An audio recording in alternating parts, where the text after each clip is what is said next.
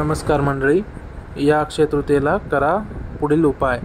त्याने आपल्या घरात धन अक्षय म्हणजेच अविरत राहील.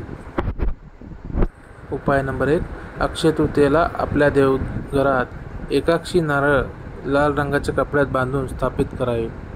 व्यापारी एकाक्षी नारळ आपल्या तिजोरीत ठेवू शकतात. अक्षय तृतीयेला 11 गोमती चक्र लाल कपड्यात गुंडाळून धन ठेवत असलेल्या जागेवर ठेवा. अक्षय तृतीयेला चांदीच्या डबेत मध आणि नागकेशर भरून तिजोरीत ठेवावे. अक्षय तृतीयेला लक्ष्मी घटक कवड्या पिवळ्या कपड्यात गुंडाळून आपल्या तिजोरीत ठेवाव्या.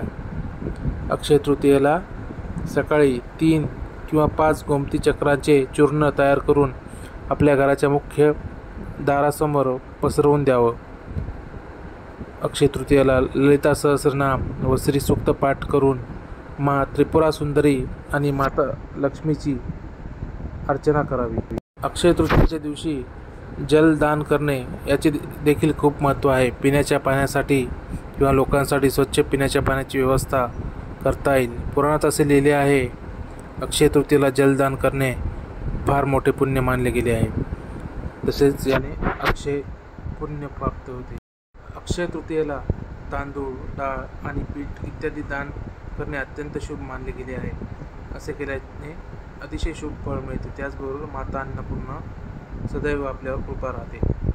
अक्षय तृतीयेला भगवान विष्णू आणि लक्ष्मी माता यांची वेगवेगळी पूजा करण्यापेक्षा यांची एकत्रित पूजा करावी किंवा एकत्रित फोटो असलेला किंवा मूर्ती अशी एकत्रित पूजा करावी. या दिवशी पूजेचा मंत्र ओम श्रीम ह्रीम श्रीम ऐं ह्रीम श्रीम फट. उत्तर दिशेला तोंड करून स्फटिकाच्या माळेने या मंत्राचा जाप केल्यास माता लक्ष्मी प्रसन्न होते. या दिवशी शुभ कार्य, दान, पुण्य याशिवाय पितरांचा नैवेद्य आणि पिंडदानाचेही महत्त्व आहे. अक्षय तृतीयेला सोने चांदी खरेदी करण्याची परंपरा आहे. अक्षय तृतीयेच्या दिवशी धातू घरी आणण्याबरोबरच लक्ष्मी मातेची पूजा अवश्य करावी.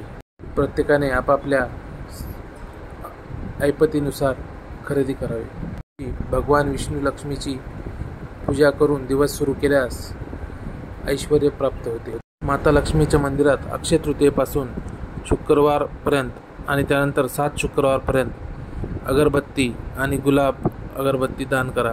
असे केल्याने जीवनात संपत्ती मिळण्याची शक्यता निर्माण होते. त्याचबरोबर तुम्ही छत्री, पाण्याची घागर, सत्तू, कानटोप, चप्पल इत्यादी उन्हाळी वस्तू दान करू शकतात. असे केल्याने जीवनातील सर्व अडचणी दूर होतात.